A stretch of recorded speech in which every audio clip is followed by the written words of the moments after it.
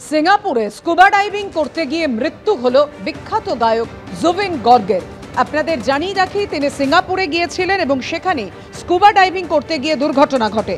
Ashoka রৌশনী C কাঁটের মহিবে এক হাসিনা থি gangster Riya Ali একের পর এক হিট গানের শিল্পী জুবিন গর্গের মৃত্যু।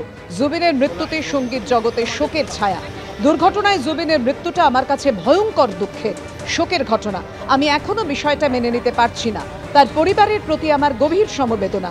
পোস্ট সঙ্গীত পরিচালক প্রীতমের। মাত্র 52 বছর বয়সে জীবনাবসান জুবিন গর্গের। প্রাণের বন্ধু, ভাই আজকে ছেড়ে চলে গেছে। মানে আমি জাস্ট ভাবতে পারছি না, এটা আমি এখনো বিশ্বাস করতে পারছি না। আমার জীবনের প্রত্যেকটা মুহূর্ত আমার ওর সঙ্গে রয়েছে। ভারতবর্ষের আমার মতে হি ইজ নাম্বার 1 সিঙ্গার। ওই রকম সিঙ্গার আর জন্মাবে না।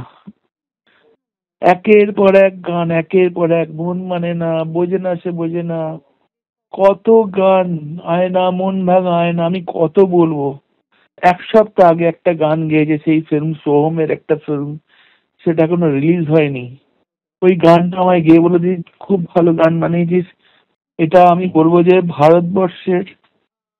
ভারতবর্ষের অনেক বড় একটা লস, অনেক বড় লস, অনেক বড় লস। আমি আমার বন্ধুকে হারালাম। জনপ্রিয় সন্তানকে হারালো অসম। অসমের জন্য জুবিনের অবদান ভাষায় প্রকাশ করতে পারছি না। পোস্ট অসমের মুখ্যমন্ত্রী হিমন্ত বিশ্ব শর্মা।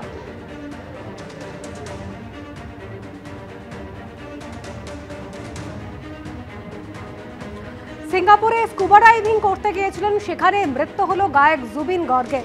শোকাহত তার অগণিত ভক্তরা।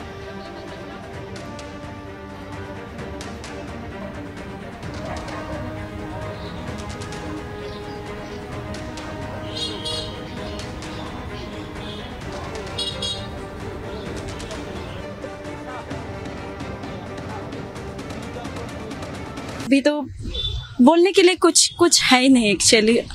जुबिन दा हमारे लिए प्राण है, तो क्या बोलूंगी, उसके लिए तो कुछ मतलब शब्द ही नहीं निकल रहा है अभी। यार एक्सट्रीमली बहुत दुख हुआ है सुन के, ये न्यूज सुन के बहुत दुख हुआ है। ये मतलब असम वासी को सबका ही दुख हुआ है, क्योंकि हार्ट ट्रॉप था सबका। बात सुन के बहुत दुख लगा है। अभी जुबिन गार्ग का कोई नहीं, मतलब ये सुनना नहीं चाहेंगे, लेकिन ये सच है। हमारा बीच से जुबिन गार्ग जी मतलब चला गया है, बहुत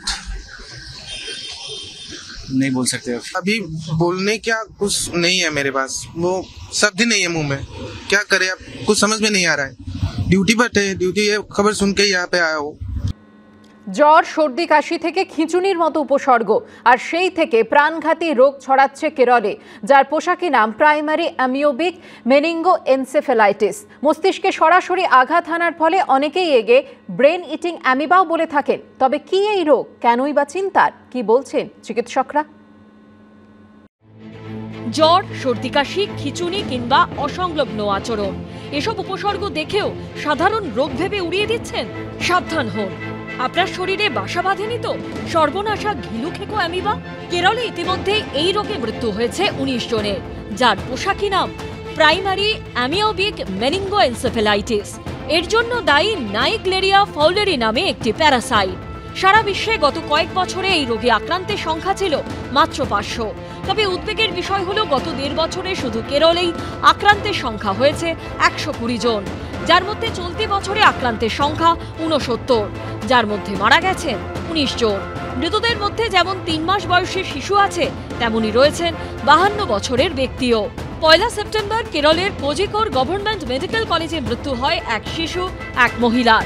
অর্থাৎ সব বয়সের মানুষই এই রোগে সংক্রমিত হতে পারেন।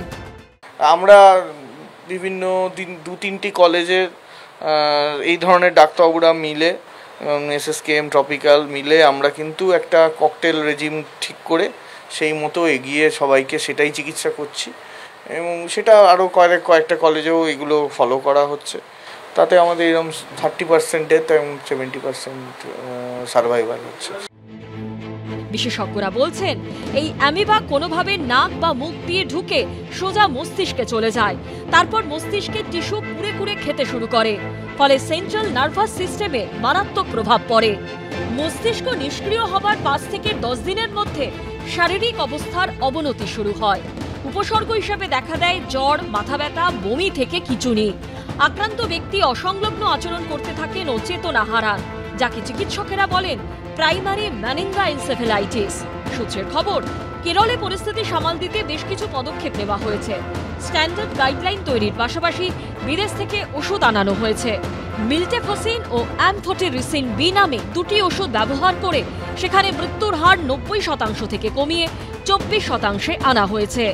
তবে কেরলের সংক্রমণ নিয়ে রাজ্যেও বেশ খানিকটা উদ্বেগ ছড়িয়েছে। কলকাতায় প্রথমবার 2015 সালে এই রোগের হদিশ পাওয়া যায়। সেবার একজনের মৃত্যুও হয় এই রোগে। এরপর 2023 সালেও কলকাতায় এই রোগে আক্রান্ত 2 জনের হদিশ পাওয়া গেছিল।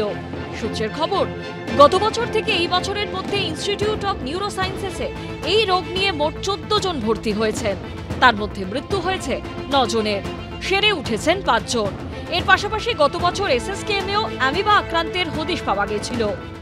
14 জনের মধ্যে আমার মনে হয় অ্যাট প্রেজেন্ট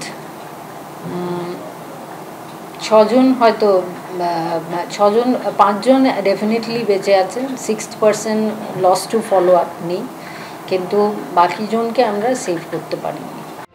কেরলের পর এরাজ্যে নতুন করে এই রোগের কোনো খবর না এলেও এখনো পর্যন্ত কেরলের পরিস্থিতির দিকে নজর রাখছে স্বাস্থ্য ভবন।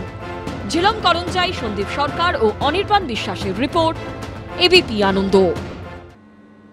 ঘিলুখেকো অ্যামিবা নিয়ে উদ্বেগের মাঝে এবার নতুন আতঙ্ক রেসপিরেটরি সিনশিয়াল ভাইরাস। শিশুদের মধ্যে বাড়ছে এই আক্রান্ত হওয়ার সংখ্যা। বিভিন্ন সরকারি ও বেসরকারি হাসপাতালে ক্রমেই বাড়ছে আক্রান্ত শিশুদের সংখ্যা। একদিকে ঘিলুখেকো অ্যামিবা নিয়ে বাড়ছে উদ্বেগ, অন্যদিকে এ রাজ্যে আতঙ্কের নাম রেসপিরেটরি সিনশিয়াল বা আরএস ভাইরাস। গত 2 সপ্তাহে রাজ্যে উল্লেখযোগ্যভাবে বেড়েছে আরএস ভাইরাসে আক্রান্তের সংখ্যা।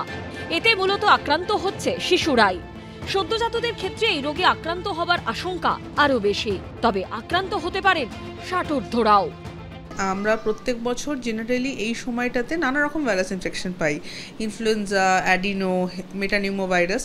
বাট এই বছর যেটা পার্টিকুলারলি দেখছি, এই সময়টা কিন্তু এত তাড়াতাড়ি যে পুজো আসছে, এই সময়টা কিন্তু এতটা আমরা পাই না। বাট এবার পাচ্ছি বাচ্চাদের ফিভার এবং তার সাথে সর্দি কাশি, এবং সেখানে গিয়ে শ্বাসকষ্ট হচ্ছে। বাচ্চা তখন পিআইসিইউতেও ভর্তি হচ্ছে। এখন আমার পিআইসিইউ ফুল এবং প্রত্যেকটা বাচ্চায় আরএসভি নিয়ে ভর্তি আছে।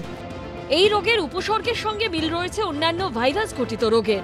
এই রোগে আক্রান্তদের জ্বর, শ্বাসকষ্ট, কাশি, খাওয়ায় অরুচির মতো নানান উপসর্গ দেখা দিচ্ছে।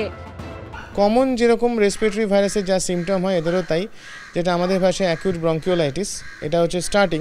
তারপরে কখনো কখনো হয়তো নিউমোনিয়া ডেভেলপ করতে পারে। মানে সহজ কথায় বললে তাদের শ্বাসকষ্ট হচ্ছে, কাশি সর্দি হচ্ছে, জ্বর থাকছে। জ্বরটা হয়তো তাড়াতাড়ি চলে গেল, কিন্তু কাশিটা কমতে তাদের প্রচণ্ড মুশকিল, এবং শ্বাসের সমস্যা হচ্ছে। কেউ কেউ হয়তো শ্বাসকষ্টের জন্য হয়তো হাসপাতালে ভর্তি হতে হচ্ছে। সরকারি হাসপাতাল তো বটেই, শহরের একাধিক বেসরকারি হাসপাতালে পরীক্ষার পর শিশুদের মধ্যে ধরা পড়ছে এই রোগ। যেমন পাকসার্কাসের ইনস্টিটিউট অফ চাইল্ড হেলথের পরীক্ষায় গত 1 মাসে আরএস ভাইরাসে আক্রান্ত 41 জন শিশুর হদিশ মিলেছে। বছর যেটা হয়েছে যে এটা একটু আগে এসছে, আমরা ইউজুয়ালি পোস্ট অটাম প্রি উইন্টারই এই আরএসভিটা পাই। এবারে একটু আগে এসছে, কিছু কিছু ক্লাস্টারিং অফ কেসেস এসছে, বাট প্রত্যেক বছর যেই হারে পাই সেরকমই, এর থেকে বেশি কিছু না। যাদের বয়স 1 বছরের তলায় তারাই বেশি সিরিয়াস হয়, তাদেরই সমস্যা বেশি হয় অ্যাকচুয়ালি। আরএস ভাইরাসে আক্রান্ত অনেক শিশুই এই মুহূর্তে ভর্তি রয়েছে বিভিন্ন হাসপাতালের পেডিয়াট্রিক বা আইসিইউতে। সন্দীপ সরকারের রিপোর্ট, এবিপি আনন্দ।